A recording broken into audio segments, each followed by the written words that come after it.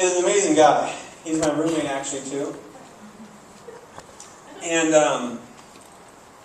Chuck has doesn't really struggle with trusting me too much, unless I ask him to put his life in my hands. But this is just kind of to illustrate our interaction with God and with Jesus. So Chuck, you ready for this, man? Yeah. So I'm going to ask you to trust me, okay, Chuck? Okay. Your parents never told you never trust someone who asks you to trust them? No. Okay, normally, like my parents taught me, if someone asks you to trust them, they're normally not trustworthy. Okay, but anyways, side note, sorry. Jesus is always trustworthy. So you want to just turn around and look that way for a second? Okay, you just want to fall backwards. You're going to catch me, right? Sure, why not? That could be how it goes. Just fall backwards.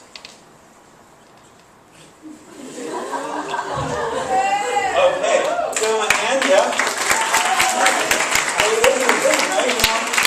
You trust me now, right? Now, that's what Jesus does a lot of times. He's, standing behind us, asks us to fall back.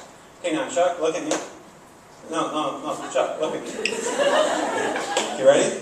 Let's move on to this. This is how Jesus often then, once he gets a little basic thing with us, he goes on to something more. He's like, okay, ready, Chuck? Fall. No.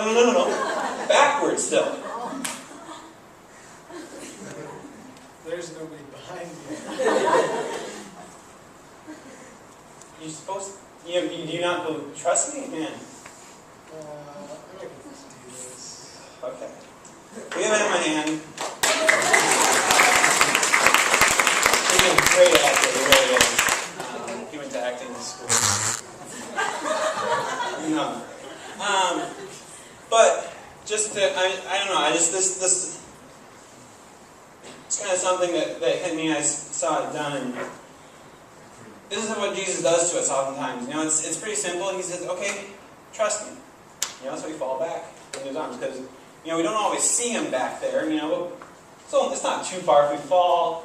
It's not that far, but we know he's somewhere back there that he can probably catch us. He's Jesus. He can run if he's too far back.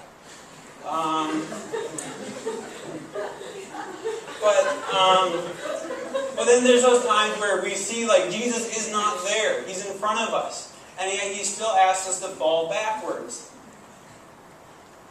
And how does that work? And for me, I would just much rather fall backwards knowing Jesus back there than take the leap of faith of to fall backwards, seeing him in front of me and somehow expecting that he's going to catch me or not make me hurt myself too bad when I fall. And I would rather just stay in this basicness. Stay in this wilderness of manna. Come on. A meal a day. Planned out. I'm not a good planner, so it's awesome. But there's this constant call to move forward. To go in, and as God's promise to Joshua is I'm going to be with you wherever you go. And that's hard for me to believe sometimes, because I would rather just stay in this thing of like, okay, God, you tell me where to go. Be that pillar in front of me, leading me. And yet God then changes it around when Joshua takes charge and says, okay, I'm going to be with you wherever you go. Now, go. And there's no more pillar leading him, no more. He's just saying, I'm going to be with you. I'd rather have that cloud in front of me. And I think that's going to be something for all of us as we're going into this. As we go to Panama, and as we go to Pine Ridge, there's going to be times where you're going to do something new. You're going to have to move forward in an area of your life. Or maybe you won't have to, but God's going to be inviting you to move forward. Technically, God didn't stand behind the Israelites with the sword, saying, okay, if you don't cross that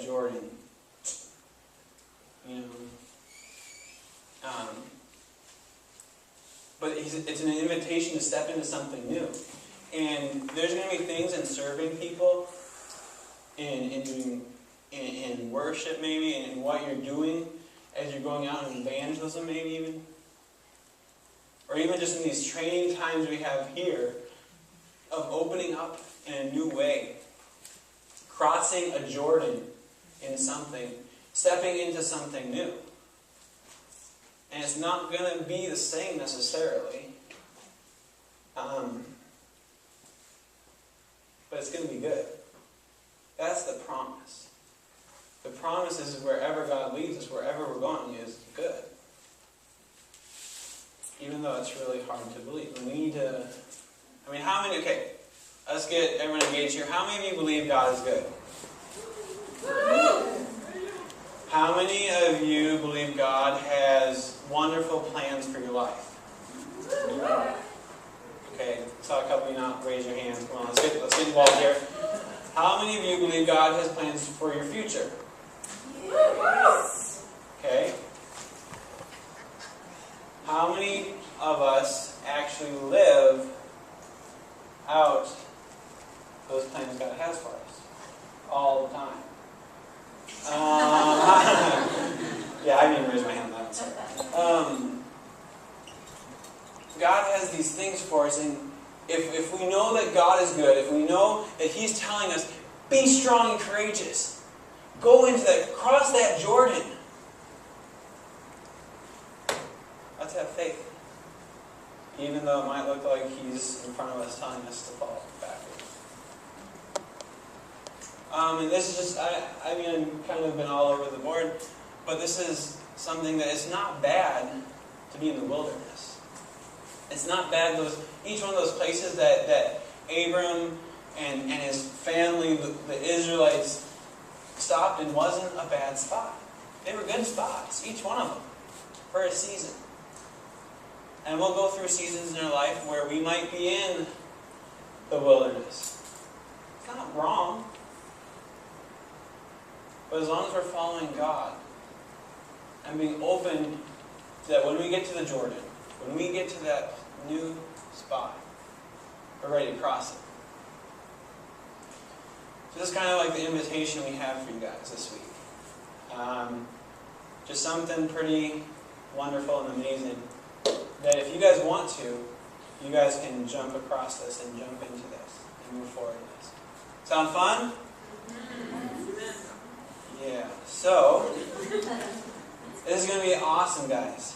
It's going to be a great week with you guys, and we just want to kind of give you a video now just to kind of give a general overview and kind of give you a little bit more